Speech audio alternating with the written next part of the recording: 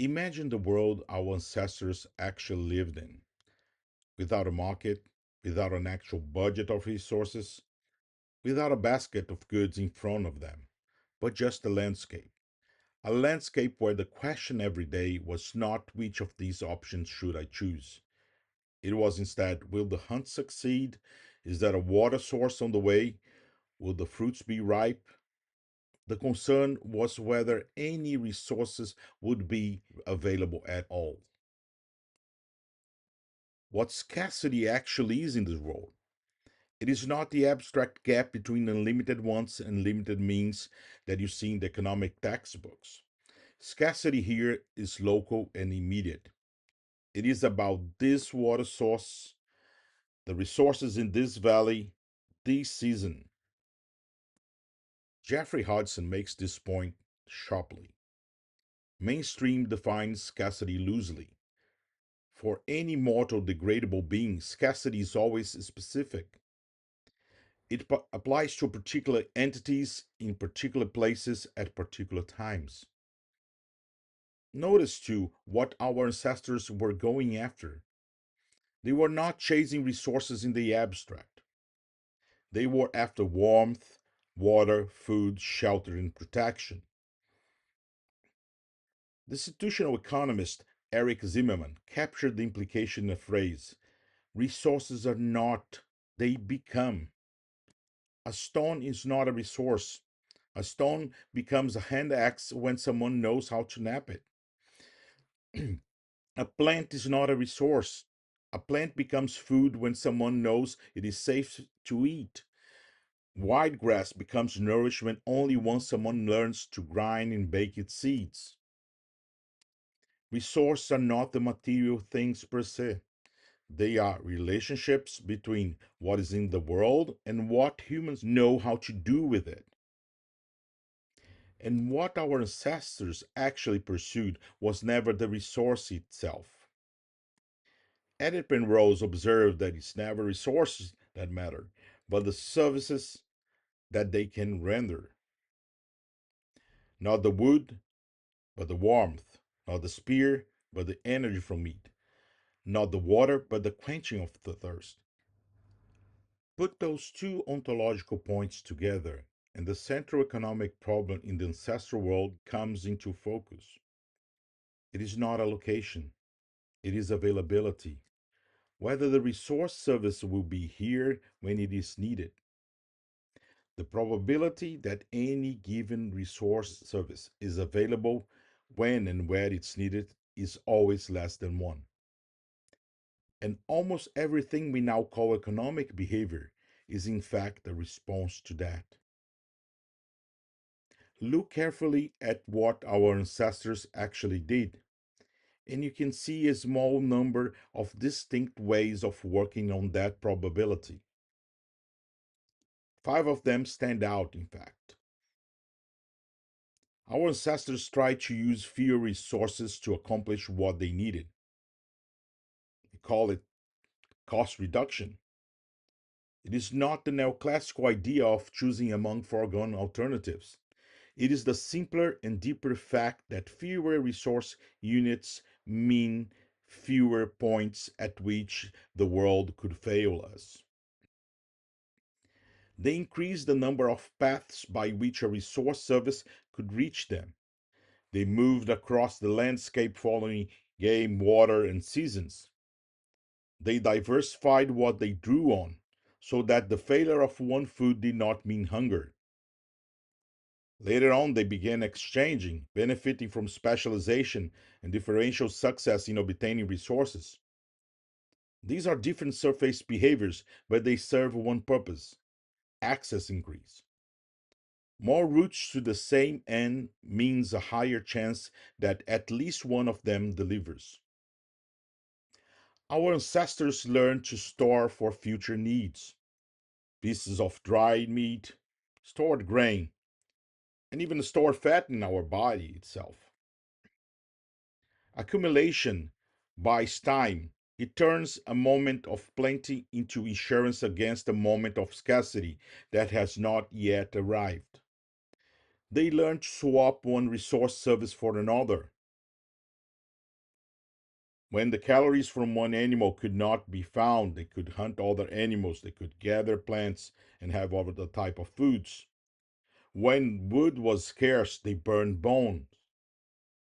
When one tool broke, another served the same purpose. Substitution is the recognition that what matters is the service, not the specific resource, and that the same service can often be sourced in more than one way. And they work to keep the things they relied on working. They maintain their tools, sharpen their blades, repair their containers, and sustain the fire so it did not die. Reliability, the work of keeping a resource service intact and ready over time, is invisible until it lapses. And then it is the only thing that matters. Underneath all five of these capacities, and elaborated by each of them, is the cognition that makes them possible. Knowledge of where to move and what to store, knowledge of what substitutes for what, knowledge of how a tool is mended and how a fire is kept alive. Knowledge is the substrate on which the five capacities rest, and it is itself reshaped and extended every time they are used. Every one of these capacities does the same thing.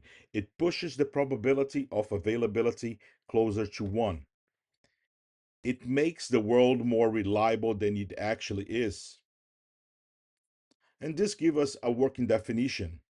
Economic behavior is an evolved set of process that shapes our actions in ways that increase the availability of resource services to satisfy our wants. It has biological roots going back to mortal beings trying to survive in a world where resource availability is always changing and can fail. It has cultural roots transmitted through habits, routines, and institutions. It is the whole repertoire by which we have, over evolutionary time, been making the world less likely to fail us. Now turn back to Lionel Robbins. Economics, he said, is the relationship between ends and scarce means which have alternative uses. Read it again. With the ancestral world in mind. Are the means already there? Are the ends already known? Is the does the agent has only to allocate it? The scarcity is abstract, not local immediate in Robbins' definition. Their resources are fixed material things, not functional relationships. But this doesn't work with evolution. The five capacities our ancestors actually used have nowhere to live in this definition. Every hard problem they faced is assumed away before the analysis begins. Will the means be there after all? That question never appears. The standard critiques of mainstream economics, especially its agents, are too rational, are right as far as they go. But there is a deeper problem they leave untouched. Mainstream economics begins where the real problem ends. It studies the easy part, choosing among options that are already in front of you. The hard part, making sure that the options are there in the first place, it assumes a way. We were not shaped by allocation problems. We were shaped by availability problems.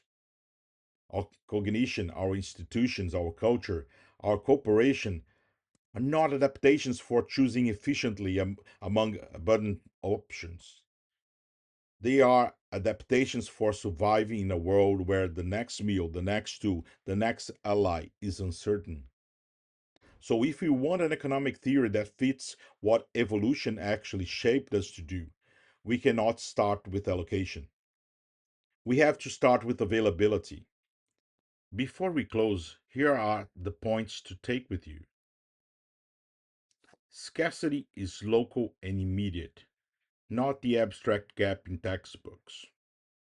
Resources are functional relationships. What we actually want is the service, not the stuff. The probability of any resource service being available where and when it's needed is always less than 1. This is the availability problem. 5 capacities push the probability toward 1: cost reduction, access increase, accumulation, substitution, and reliability. Knowledge sits underneath all 5 as a substrate. Economic behavior is the evolved set of processes that increases the availability of resource services to satisfy our wants. Mainstream economics has been answering the wrong question for nearly a century. If you would like a more formal academic treatment of this argument, you'll find here a link to my paper in the description. And in the next videos, I'll continue to build on this foundation.